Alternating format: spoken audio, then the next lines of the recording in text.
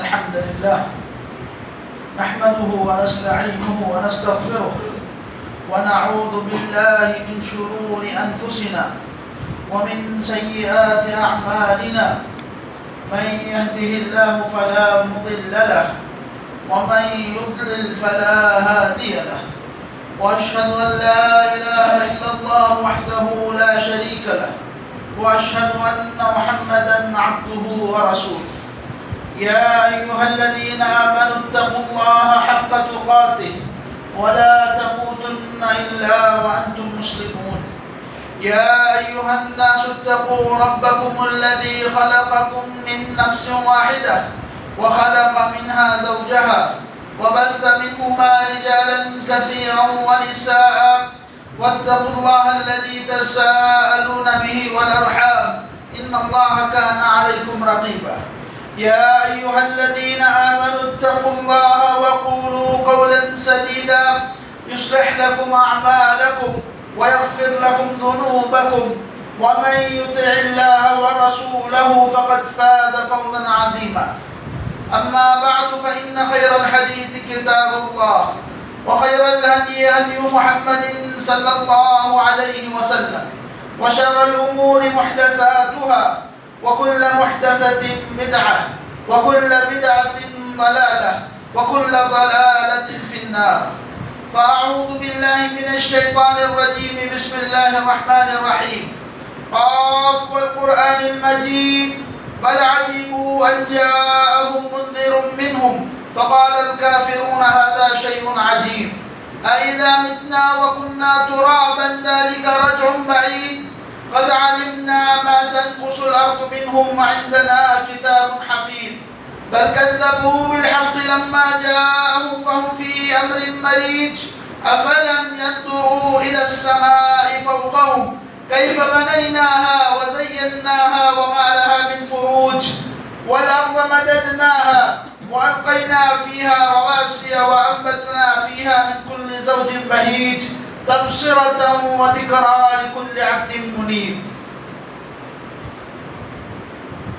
معزز حاضرین جمعہ، میرے دینی و ملی بھائیوں، بزرگوں، دوستوں، پردہ نشین خواتین اسلام، میری ماؤں اور بہنوں، ہر قسم کی تعریف و توصیف، بڑائی و کبریائی، تمام عبادتیں، عزت و جلال اللہ رب العزت وحدہ لا شریک کے لیے لائق و سزاوار ہے کہ جس نے ہم پر اپنا انعام کرتے ہوئے نہ صرف یہ کہ ہمیں انسان بنایا بلکہ ہمیں ایمان کی دولت بخشی، زندگی گزارنے کا صحیح طریقہ سکھلانے کے لیے آسمان سے کتابیں نازل کی، انبیاء و رسول علیہ السلام کے سلسلے بھیجے کہ جس سلسلے کی آخری کڑی میرے اور آپ کے نبی آخر الزمان محمد رسول اللہ صلی اللہ علیہ وسلم.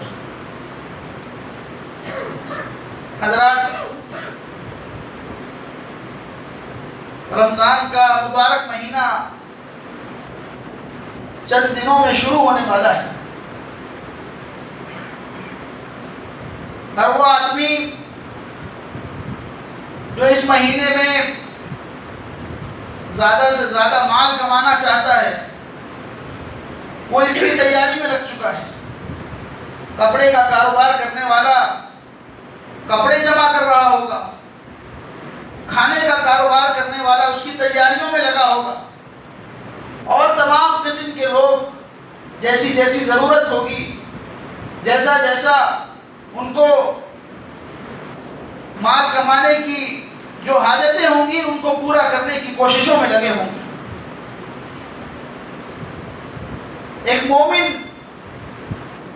اللہ رب العزت کی دی ہوئی اس نعمت سے فائدہ اٹھانے کی بھرپور کوشش کرتا ہے. رمضان المبارک کا مہینہ نیکیوں کا مہینہ ہے. رمضان المبارک کا مہینہ اللہ رب العزت کی طرف سے مسلمانوں کو دیا گیا ایک عظیم تحفہ ہے.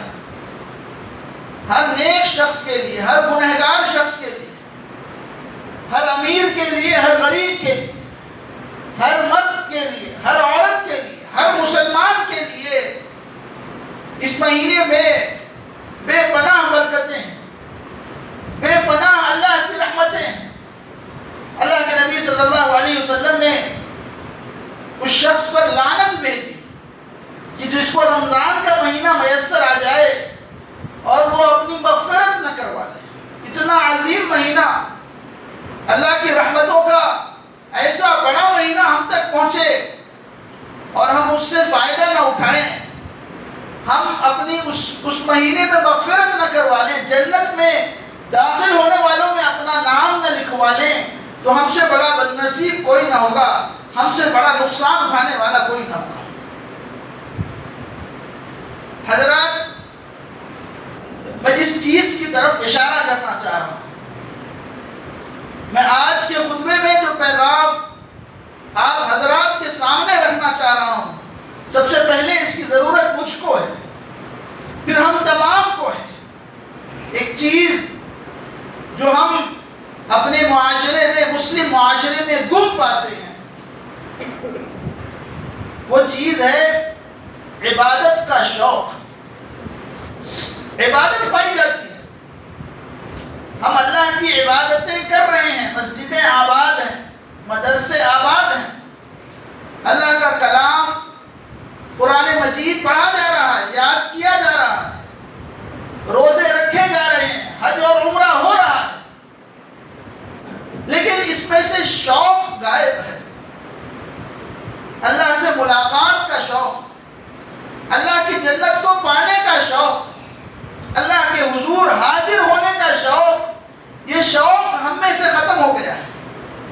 اللہ تعالیٰ مومنوں کو مخاطب کر کے فرماتا ہے وَسَارِعُوا إِلَىٰ مَغْفِرَةٍ مِّن رَبِّكُمْ، مومنوں اپنے رب کی مغفرت کی طرف دوڑو،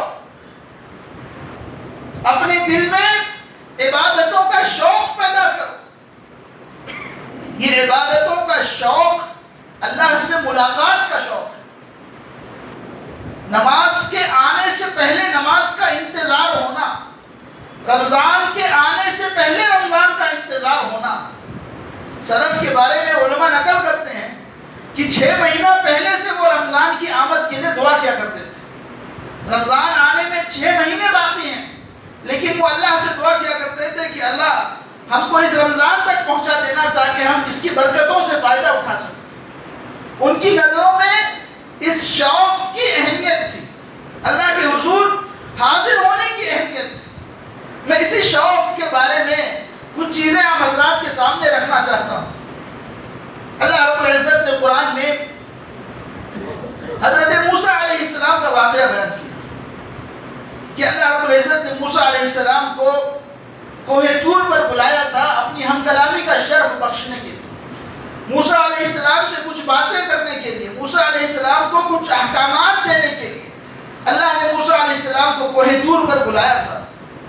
موسیٰ علیہ السلام اپنے رب سے ملاقات کی شوق میں تمام لوگوں سے آگے بڑھ گئے۔ سب سے پہلے اللہ کے حضور پہنچنے کی خواہش میں اللہ نے اس کو بیان کیا وَمَا أَعْجَلَكَ عَنْ قَوْمِكَ يَا مُوسَىٰ، اتنی جلدی کس بات کی تھی اے موسیٰ کہ سارے لوگوں کو پیچھے چھوڑ دیا، تیز تیز چلتے ہوئے۔ آپ کے ساتھ اور سارے لوگ تھے جن کو اللہ نے بلایا تھا، 70 لوگوں کو اللہ نے موسیٰ علیہ السلام کے ساتھ ملاقات کے لیے دعوت دی تھی۔ موسیٰ علیہ السلام تیزی سے چلتے ہوئے سب سے پہلے اللہ کے حضور پہنچ گئے۔ اللہ نے پوچھا کیا بات ہے موسیٰ؟ وَمَا أَعْجَلَكَ عَنْ قَوْمِكَ يَا مُوسَىٰ قَالَ هُمْ أُولَٰئِ عَلَىٰ أَثَرِي وَعَجِلْتُ إِلَيْكَ لِرَبِّكَ لِتَرْضَىٰ، اللہ میں تیری خوشنودی کی خاطر میں نے جلد بازی کی، تجھ کو راضی کرنے کے لیے، تیری خوشی حاصل کرنے کے لیے، تیری رضامندی کے لیے میں نے یہ جلدی کی ہے کہ سارے قوم کو پیچھے چھوڑ کر بھاگا بھاگا تجھ سے ملنے چلا ہے۔ وَسَارِعُوا إِلَىٰ مَغْفِرَةٍ مِّن رَبِّكُمْ، اللہ نے نیک لوگوں کا بیان کیا، قرآن میں کہا يُسَارِعُونَ فِي الْخَيْرَاتِ وَإِقَامِ الصَّلَاةِ وَإِيتَاءِ الزَّكَاةِ، کہ جو نیک لوگ ہیں، جو اچھے لوگ ہیں، یہ خیر کے کاموں میں جلد بازی کرتے ہیں، نماز کے پڑھنے میں، زکوٰۃ کے ادا کرنے میں یہ جلدی کرتے ہیں، یہ آگے بڑھ جاتے ہیں۔ علیہ السلام کا واقعہ بیان کیا کہ زکریا علیہ السلام نے اللہ سے اولاد مانگی تو اللہ نے ان کو اولاد عطا کی. اللہ نے اولاد عطا کرنے کا سبب بیان کیا کہ زکریا کے گھر والوں میں ایک بڑی اچھی بات تھی. کیا اچھی بات تھی؟ یسارعون فی الخیرات، نیکی کے کاموں میں جلدی کرتے تھے، نیکی کے کام شوق سے کرتے تھے. یدعوننا رغبا ورہبا، کہ زکریا جب ہم کو پکارتے تھے بڑے شوق سے پکارتے تھے، بڑی محبت سے پکارتے تھے. ان کے اس شوق کا نتیجہ ہے، اس محبت کا نتیجہ ہے کہ ہم نے اس بڑھاپے میں ان کو اولاد عطا کر دی. اللہ کے نبی صلی اللہ علیہ وسلم کی ایک طرف سے زندگی کا مطالعہ کرتے چلے جائیں. اللہ کے نبی کی زندگی کے بے شمار واقعات کہ اللہ کے نبی کے دل میں کیسا شوق پایا جاتا ہے. حضرت حذیفہ رضی اللہ تعالی عنہ بیان کرتے ہیں، ایک رات میں نے اللہ کے نبی صلی اللہ علیہ وسلم کو قیام کی حالت میں پایا. میں اللہ کے نبی کے گھر کے پاس سے گزر رہا تھا. میں نے دیکھا کہ اللہ کے نبی تہجد کی نماز پڑھ رہے ہیں. میں نے سوچا اپنے دل میں لاؤ 2 رکعتیں میں بھی پڑھ لوں، ثواب ملے گا. اس نیت سے اللہ کے نبی کے ساتھ کھڑا ہو گیا. کیا دیکھتا ہوں؟ اللہ کے نبی سورہ بقرہ کی تلاوت کر رہے ہیں. میں نے اپنے دل میں سوچا اللہ کے نبی 100 آیتوں کی تلاوت کریں گے اور رکوع میں چلے جائیں گے. 100 آیتیں گزر گئی، اللہ کے نبی پڑھے جا رہے ہیں. میں نے اپنے دل میں سوچا شاید اللہ کے نبی 200 آیتیں پڑھ کے رک جائیں گے. 200 آیتیں ختم ہو گئی، اللہ کے نبی پڑھے جا رہے ہیں. سورہ بقرہ ختم ہو گئی، اللہ کے نبی نے سورہ نساء کی تلاوت شروع کر دی. سورہ نساء ختم ہو گئی، اللہ کے نبی نے سورہ آل عمران کی تلاوت شروع کر دی. قرآن اٹھا کے دیکھ لیجئے، اللہ کے نبی نے ایک رکعت میں کم از کم 5 پارے قرآن پڑھے. اور اس پڑھنے کی کیفیت کیا تھی؟ یعلمون تعلمون، تیز رفتاری سے پڑھے جا رہے ہیں. حضرت حذیفہ فرماتے ہیں اللہ کے نبی کسی جنت کی آیت سے گزرتے تو ٹھہر جاتے، اللہ سے سوال کرتے اللہم انی اسألک الجنہ، اللہ میں تجھ سے تیری جنت کا سوال کرتا ہوں. کسی عذاب کی آیت سے گزرتے ٹھہر جاتے، اللہ سے سوال کرتے اللہ میں تجھ سے تیرے عذاب سے پناہ مانگتا ہوں، تیری جہنم سے اللہم انی اعوذ بک من النار. کسی رحمت کی آیت سے گزرتے رک جاتے، ٹھہر جاتے، اللہ سے سوال کرتے اللہم انی اسألک رحمتک، اللہ تجھ سے تیری رحمت کا سوال کرتا ہوں. کسی تسبیح والی آیت سے گزرتے ٹھہر جاتے، اللہ کی بڑائی بیان کرتے ہیں، اللہ کی تسبیح بیان کرتے ہیں. اور صرف قرات کا یہ حال نہیں، صرف قیام کا یہ حال نہیں. حذیفہ کہتے ہیں کہ اللہ کے نبی نے رکوع کیا، اتنا ہی لمبا رکوع کیا جتنی مدت اللہ کے نبی نے قیام کیا تھا. اللہ کے نبی نے اتنا ہی لمبا رکوع کیا، پھر آپ نے ایسا ہی سجدہ کیا. ایک دوسری روایت میں آتا ہے کہ اللہ کے نبی کی رات کی نمازوں سے آپ کے پاؤں سوج جاتے تھے. کسی صحابی نے پوچھا اللہ کے نبی آپ تو بخشے بخشائے ہیں، تمام انبیاء کے سردار ہیں، آپ سے بڑھ کر کون ہوگا؟ بھلا اللہ نے جتنے انسانوں کو پیدا کیا ہے، آدم سے لے کے دنیا میں آنے والے آخری انسان تک، آپ سے بڑھ کر کس کا مقام ہوگا؟ اللہ نے آپ کو معراج بخشی، آپ کو قرآن دیا ہے، آپ کی امت خیر امت ہے. اس کے باوجود آپ کا یہ حال ہے کہ آپ زاروں کے تار روتے ہیں. نمازوں میں آپ اتنا روتے ہیں کہ آپ کی داڑھیاں بھیگ جاتی ہیں، آپ کے پاؤں سوج جاتے ہیں. کیا بات ہے؟ کہا افلا اکون عبدا شکورا، کیا میں اللہ کی ان نعمتوں کا شکریہ نہ ادا کروں؟ کیا میں اپنے رب سے محبت نہ کروں؟ کیا ملاقات کا شوق ہے، کیا عبادت کا شوق ہے، کیا اللہ کے رسول کی نماز ہے. اللہ کے رسول صلی اللہ علیہ وسلم آپ کی زندگی میں بے تحاشا ایسے موقع آئے کہ صحابہ آپ کا ساتھ نہ دے سکے. اللہ کے نبی حضرت عائشہ فرماتی ہیں کہ اللہ کے نبی روزے رکھتے تو روزوں پہ روزے رکھتے چلے جاتے، گویا ایسا معلوم ہوتا کہ اب آپ روزے رکھنا نہ چھوڑیں گے، اور پھر روزے رکھنا چھوڑ بھی دیتے. کچھ دنوں تک مسلسل روزے نہیں رکھتے. پھر فرمایا عائشہ نے کہ اللہ کے نبی پورا مہینہ صرف رمضان میں روزے رکھتے تھے، اور رمضان کے علاوہ سب سے زیادہ شعبان میں روزے رکھتے تھے. یہ نفلی روزوں کا حال ہے. اللہ کے اگر میرے پاس جبل احد کے برابر، احد کے پہاڑ کے برابر سونا ہو تو میری خواہش ہے کہ یہ سونا میرے گھر 3 دن سے زیادہ نہ رہے، 1 دن 2 دن میں یہ سارا سونا اللہ کی راہ میں خرچ کروں۔ ایک جنگ کے موقع پر ایک صحابی ایمان لائے، اللہ کے رسول نے ان کو 100 دینار دیے، پھر 200 دینار دیے، پھر 300 دینار دیے۔ وہ صحابی کہتے ہیں کہ اسلام لانے سے پہلے دنیا میں سب سے برا چہرہ میرے نزدیک کسی کا تھا تو محمد کا صلی اللہ علیہ وسلم، اور آج کے بعد میرے نزدیک اگر کسی کا چہرہ سب سے اچھا چہرہ ہے تو محمد صلی اللہ علیہ وسلم کا چہرہ ہے۔ کیا شوق ہے اللہ کے نبی کے پاس اللہ کی راہ میں خرچ کرنے کا، اللہ کے لیے روزے رکھنے کا، اللہ کے لیے نمازیں پڑھنے کا، اللہ کے لیے جہاد کرنے کا۔ کوئی عبادت ہو، عبادت کا کوئی موقع ہو، اللہ کے نبی سب سے آگے۔ جنگ خندق کے موقع پر حضرت عمار بن یاسر اللہ کے رسول کے پاس آئے، اپنا کپڑا اٹھایا، کہا اللہ کے رسول دیکھیے ہمارے بھوک کے برداشت نہیں ہوتا، پیٹ پر ہم نے پتھر باندھ دیے، ہم سے بھوک برداشت نہیں ہوتی، اللہ سے دعا کیجئے۔ اللہ کے نبی نے اپنی چادر اٹھائی، 2 پتھر باندھے ہوئے تھے۔ اللہ کے نبی نے کہا تمہیں بھوک برداشت نہیں ہوتی، ایک آدمی کی میرے پیٹ پر 2 پتھر بندے ہوئے۔ اللہ کی قسم اللہ کے نبی نے کبھی عیش و آرام کی زندگی نہیں گزاری۔ حضرت عائشہ فرماتی ہے کہ کئی دن گزر جاتے ہمارے گھر میں چولہا نہیں جلتا تھا۔ اللہ کے نبی کو ساری زندگی باریک پسا ہوا آٹا نصیب نہ ہوا۔ آپ کے دل میں دنیا کی خواہش نہ تھی، آپ کے دل میں اپنے رب سے ملاقات کی خواہش تھی، آپ کے دل میں عبادتوں کی خواہش تھی، آپ کے دل میں جنت کو جانے کی، جنت کو پانے کی خواہش تھی۔ اللہ کے نبی دعا مانگا کرتے تھے، اللہم انی اسألک لذۃ النظر الی وجہک والشوق لقائک۔ اللہ میں تجھ سے تیرے چہرے کو دیکھنے کی لذت کا سوال کرتا ہوں، میں تجھ سے تیری ملاقات کا سوال کرتا ہوں۔ اللہ کے نبی صلی اللہ علیہ وسلم کی بیویوں کا کیا حال تھا؟ غالباً حضرت زینب کے بارے میں آتا ہے کہ اللہ کے نبی ایک دفعہ مسجد نبوی میں داخل ہوئے تو دیکھا کہ 2 کھمبوں کے درمیان رسی بندھی ہوئی ہے۔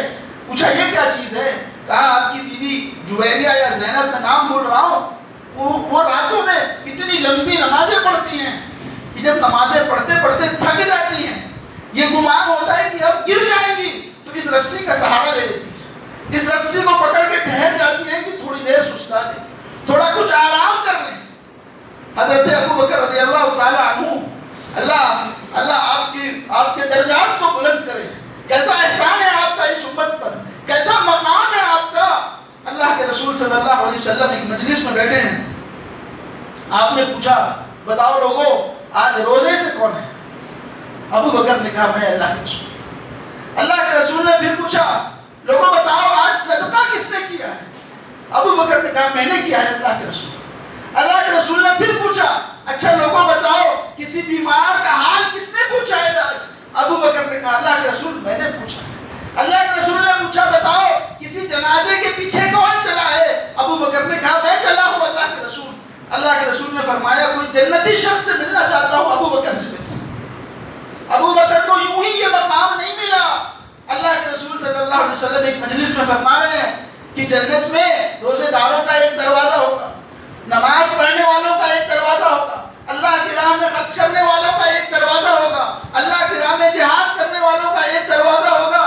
ابو بکر کا شوق دیکھیے، ابو بکر کا سوال دیکھیے، پوچھتے اللہ کے رسول کوئی خوش نصیب ایسا بھی ہوگا جس کو جنت میں ہر دروازے سے پکارا جائے، نماز کے دروازے سے پکارا جائے، روزے کے دروازے سے پکارا جائے، اللہ کی راہ میں خرچ کرنے والوں کے دروازے سے پکارا جائے۔ اللہ کے رسول نے کہا ابو بکر مجھے اللہ کی ذات سے امید ہے کہ وہ تم ہوگے جس کو جنت کے ہر دروازے سے پکارا جائے۔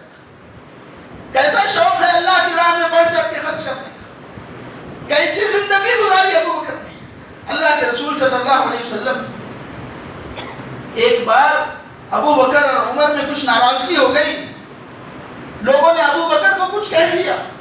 اللہ کے رسول ممبر پر آئے اور آپ نے ممبر سے مخاطب کر کے فرمایا لوگوں میرے ابو بکر کو کچھ نہ کہنا۔ اللہ کی قسم جس نے بھی میری زندگی میں مجھ پر کوئی احسان کیا ہے میں نے اس کا احسان لوٹایا ہے سوائے ابو بکر کے۔ میں اپنی زندگی میں ابو بکر کے احسانوں کا بدلہ نہیں چکا سکتا، اللہ میری طرف سے ابو بکر کے ان احسانوں کا بدلہ چکا دے گا۔ کیسا شوق ہے، کیسا ذوق ہے اللہ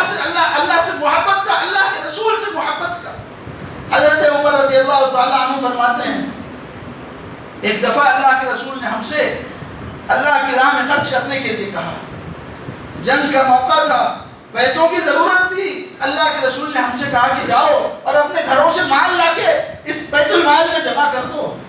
عمر کہتے ہیں میرے پاس اتفاق سے کچھ مال آیا ہوا تھا، کہیں سے میرے پاس آیا ہوا کچھ مال رکھا تھا، میرے دل میں خیال آیا آج میں ابو بکر سے بازی لے جاؤں گا، آج میں ابو بکر سے آگے بڑھ جاؤں گا۔ میں نے یہ کیا کہ اس سارے مال کا آدھا حصہ اللہ کی راہ میں لا کر دے دیا، اللہ کے رسول کے پاس لا کر دے دیا۔ اللہ کے رسول نے پوچھا عمر گھر والوں کے لیے کیا چھوڑ کر آئے ہو؟ کہا اللہ کے نبی جتنا آپ کے پاس لایا ہوں اتنا گھر والوں کے لیے چھوڑ لایا ہوں۔ کیا دیکھتے ہیں ابو بکر چلے آ رہے ہیں، سارا مال لا کر اللہ کے رسول کے قدم میں رکھ دیا۔ اللہ کے رسول نے پوچھا ابو بکر گھر والوں کے لیے کیا چھوڑا ہے؟ کہا اللہ اس کے رسول کا نام چھوڑ کر آ۔ عمر کہتے ہیں اللہ کی قسم اس دن میرے دل میں یہ بات بیٹھ گئی کہ میں ابو بکر سے آگے نہیں بڑھ سکتا، میں جو چاہے وہ کر لوں، میں ابو بکر سے عبادتوں کے شوق میں آگے نہیں بڑھ سکتا، میں قربانیوں میں ابو بکر سے آگے نہیں بڑھ سکتا، میں خلوص میں ابو بکر سے آگے نہیں بڑھ سکتا۔ جو محبت ابو بکر کو اللہ کے رسول سے ہے وہ میرے دل میں نہیں آ سکتی، میں اس مقام کو نہیں پہنچ سکتا۔ اللہ کے رسول صلی اللہ علیہ وسلم نے ایک موقع سے لوگوں سے کہا کہ لوگوں اللہ کو ضرورت ہے اللہ کی راہ میں خرچ کرو۔ حضرت عثمان رضی اللہ تعالیٰ عنہ 1000 سونے کے سکے 1000 سونے کے سکے لے کر آئے، اللہ کے رسول کی جھولی میں ڈال دیا۔ اللہ کے رسول صلی اللہ علیہ وسلم اٹھا کر مارے خوشی کے ان سکوں میں ہاتھ گھماتے جاتے ہیں، ان سے کھیلے جا رہے ہیں اور کہے جا رہے ہیں عثمان آج کے بعد جو چاہے کر لو، اللہ نے تم کو معاف کر دیا۔ 1000 سونے کے سکے لا کے اللہ کے رسول کے قدموں میں ڈال دیا۔ حضرت ابو طلحہ کا بیروحہ نامی ایک باغ تھا، مسجد نبوی کے بالکل سامنے بیروحہ نامی ایک باغ تھا، بڑا خوبصورت، بڑا پیارا، بڑا اچھا باغ تھا، بڑے مالدار آدمی تھے، اللہ نے نوازا تھا۔ اللہ کے نبی اس باغ میں آیا کرتے تھے، بیٹھ کر کھجوریں کھاتے تھے، پانی پیتے تھے۔ اللہ نے آیت نازل کی لن تنالوا البر حتى تنفقوا مما تحبون، لوگوں تم نیکی کو اس وقت تک نہیں پا سکتے جب تک تم اللہ کی راہ میں وہ مال خرچ کرو جو سب سے اچھا ہے، جس سے تم سب سے زیادہ محبت کرتے ہو، جس کو تم نے اپنی اولاد کے لیے جمع کر رکھا ہے، جس کو تم نے اپنے مشکل وقت کے لیے جمع کر رکھا ہے۔ ابو طلحہ اللہ کے رسول کے دربار میں آئے، کہا اللہ کے رسول میں نے سنا ہے کہ اللہ نے یہ آیت نازل کی ہے، یہ میرا بیروحہ نامی باغ ہے، سب سے اچھا باغ ہے، مجھے سب سے زیادہ پسند یہ باغ ہے، آپ گواہ رہیے گا میں نے اللہ کی راہ میں اس کو خرچ کر دیا۔ اللہ کے نبی نے کہا ابو طلحہ کیا بات ہے، کیسا اچھا سودا ہے، سنو ایک کام کرو اپنے رشتہ داروں میں تقسیم کر دو، سب سے اچھا خرچ جو انسان کرے وہ اپنے رشتہ داروں پر ہے۔ کہا سنو ایک کام کرو اس کو اپنے رشتہ داروں میں خرچ کر دو، پورا کا پورا باغ اپنے رشتہ داروں میں بانٹ دیا۔ حضرت ابو درداء رضی اللہ تعالیٰ عنہ، مسند احمد کی روایت ہے، ایک صحابی انہوں نے ایک باغ خریدا، ان کی دیوار پر باغ کے کنارے پر ایک جھاڑ تھا جو پڑوسی کا تھا، وہ بھی مسلمان تھا۔ اللہ کے رسول کے پاس آئے، کہا اللہ کے رسول اس سے کہیے کہ یہ ایک درخت مجھ کو بیچ دے اور میں اپنی دیوار بنا لوں۔ اس نے انکار کر دیا، کہا نہیں میں یہ کام نہیں کروں گا۔ حضرت ابو درداء رضی اللہ تعالیٰ عنہ نے بات سنی، اللہ کے رسول کے پاس آئے، پوچھا اللہ کے رسول اس ایک جھاڑ کے بدلے کیا ملے گا؟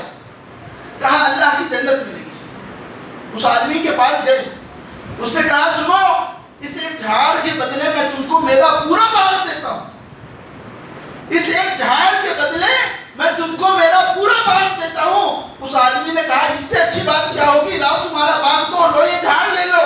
اللہ کے نبی کے پاس آئے، کہا اللہ کے نبی یہ جھاڑ اس آدمی کو صدقہ کر دیجیے۔ اللہ کے نبی نے کہا کیسا اچھا سودا ہے، کیسا اچھا سودا ہے، دہدا کے لیے جنت میں کیسے اچھے کھجوروں کے باغ ہیں، جنت میں دہدا کو کیسے اچھے کھجوروں کے درخت ملیں گے۔ اللہ کے نبی کے صحابہ کی تربیت اللہ کے نبی نے یوں کی تھی کہ ان کے دلوں میں عبادت کا شوق تھا، ان کے دلوں میں اللہ کی راہ میں خرچ کرنے کا شوق تھا۔ ایک صحابی نے جنگ کے موقع پر اللہ کے رسول سے پوچھا اللہ کے رسول اگر میں شہید ہو جاؤں مجھے کیا ملے گا؟ اللہ کے رسول نے کہا جنت ملے گی۔ ہاتھ میں کھجوریں تھی، کھجوریں پھینک دی، جنگ میں گھس گئے، شہید ہو گئے۔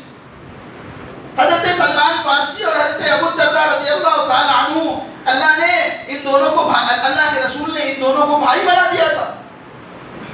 ایک زمانے میں حضرت سلمان ابو الدرداء کے گھر آئے، دیکھا تو آپ کی بیوی بڑے گندے میلے کچیلے کپڑوں میں ہیں، حال بڑا خراب ہے۔ پوچھا کیا بات ہے، ایسے کپڑوں میں کیوں ہو؟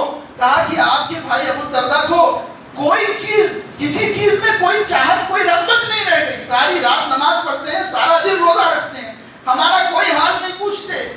ابو الدرداء آئے، ان کے لیے کھانا بنوایا، کہا لیجیے کھانا کھائیے۔ کہا میں اس وقت تک کھانا نہیں کھاؤں گا جب تک تم میرے ساتھ کھانا نہیں کھاتے۔ انہوں نے کہا میں روزے سے ہوں۔ کہا میں نہیں جانتا۔ انہوں نے اپنا نفلی روزہ توڑا، آپ کے ساتھ کھانا کھا لیا۔ رات میں بستر لگایا، لیٹ گئے۔ ابو الدرداء نماز پڑھنے کے لیے کھڑے ہو گئے، کہا نہیں ابھی نہیں، لیٹ جاؤ۔ کچھ دیر گزری، ابو الدرداء پھر اٹھے کہ نمازیں پڑھ لے، کہا ابھی نہیں، لیٹ جاؤ۔ کچھ دیر اور گزری، پھر یہ اٹھے، کہا ابھی نہیں، ابھی لیٹ جاؤ۔ جب رات کا آخری پہر، 2/3 رات گزر گئی، آخری پہر تھا، تب اٹھایا، کہا اٹھو، اٹھ کے اب نمازیں پڑھو۔ اس کے بعد کہا کہ سنو، تمہاری جان پر تمہارا حق ہے، تمہارے گھر والوں کا حق ہے، تمہارے بیوی بچوں کا حق ہے۔ ساری رات نمازیں نہ پڑھا کرو، سارے دن روزے نہ رکھا کرو، کبھی روزہ نہ بھی رکھو، کبھی رات میں اپنی بیوی بچوں کے پاس سو جایا کرو، یہ ساری رات عبادتیں نہ کیا کرو، سارا دن روزہ نہ رکھا کرو۔ کیسا شوق ہے؟ حضرت عمرو بن عاص کہتے ہیں کہ میں سارا دن روزہ رکھا کرتا تھا، اللہ کے رسول نے کہا کہ ایسا نہ کیا کرو۔ ہر دن روزہ رکھ لیا کرتا تھا، اللہ کے رسول نے کہا ایسا نہ کیا کرو، مہینے کے 3 دن کافی ہیں۔ کہا اللہ کے رسول میں اس سے زیادہ روزے رکھنا چاہتا ہوں۔